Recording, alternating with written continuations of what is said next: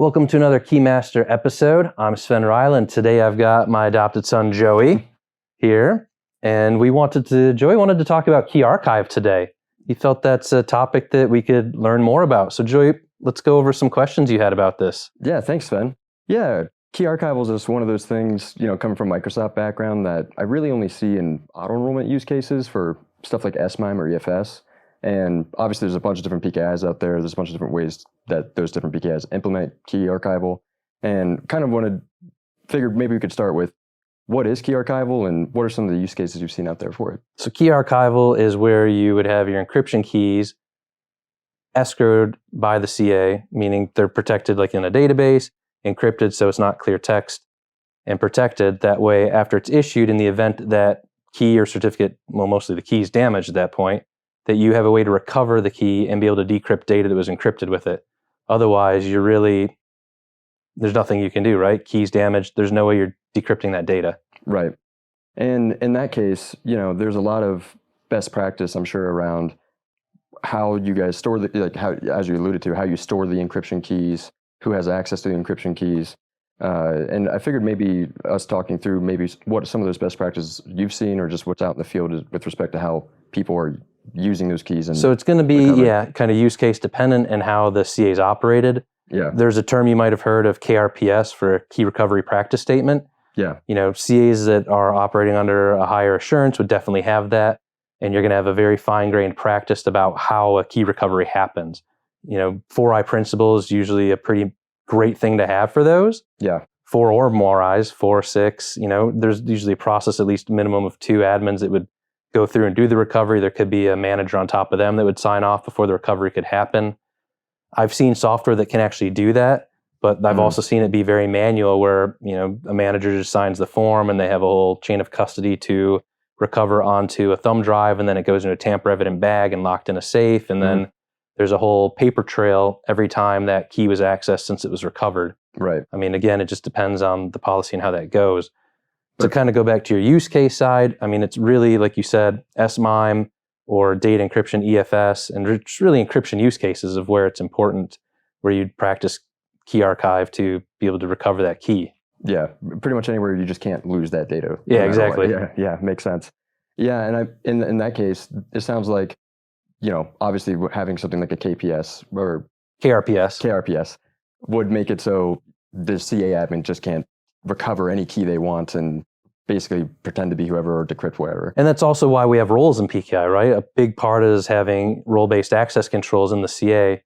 So that type of stuff doesn't happen because the admins have their set permissions. And you could have like an alternate person who's not even an admin that just handles the key recovery part that could go in and even do that. Yeah. So it's all about having good defined roles. Yeah, audit trails is critical. Yeah. That's always a good thing for a PKI, right? Right. Yep. Yeah, that makes sense. Yeah, and those certificates, because the key that you use to encrypt the request coming in, those have a lifetime as well, right? So well, yeah, I'd hope so. Yeah, right. So the process, I mean, out in the field, have you seen, when you're rotating those certificates and trying to make sure, for example, you have a key recovery, something Microsoft calls a key recovery agent certificate that expires tomorrow, let's say, but you're about to issue a certificate that is good for a year, and it will encrypt that certificate for that year. So you need to, I've seen out personally where people need to be careful about cleaning up their CAs because they can't get rid of that key material that encrypted the certificate that's longer than the day before it's about to expire. Is that something, obviously Microsoft has their way of dealing with key recovery.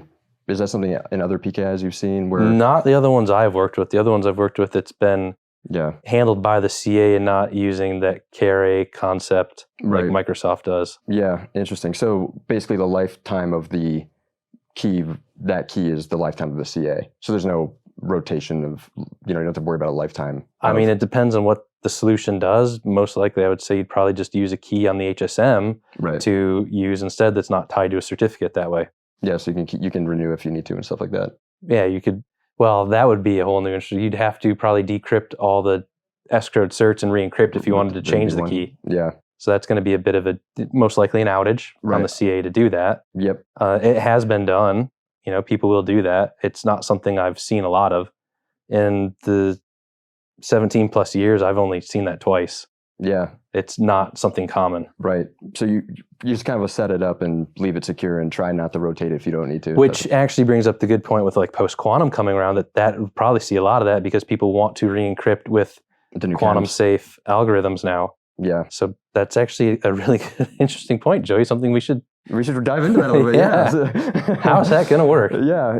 Kind of getting your... How many hours will you have to be down for migration depending on database size? Right. And then your clients will also have to be able to sit there and decrypt. Like your CA has to obviously be able to use the new algorithms for PQC to handle that. And then giving that message back to the client that might be requesting it. It needs to be able to decrypt it too. Yeah. I mean, there's going to be some game changers with some of this. Yeah. Definitely. Yeah.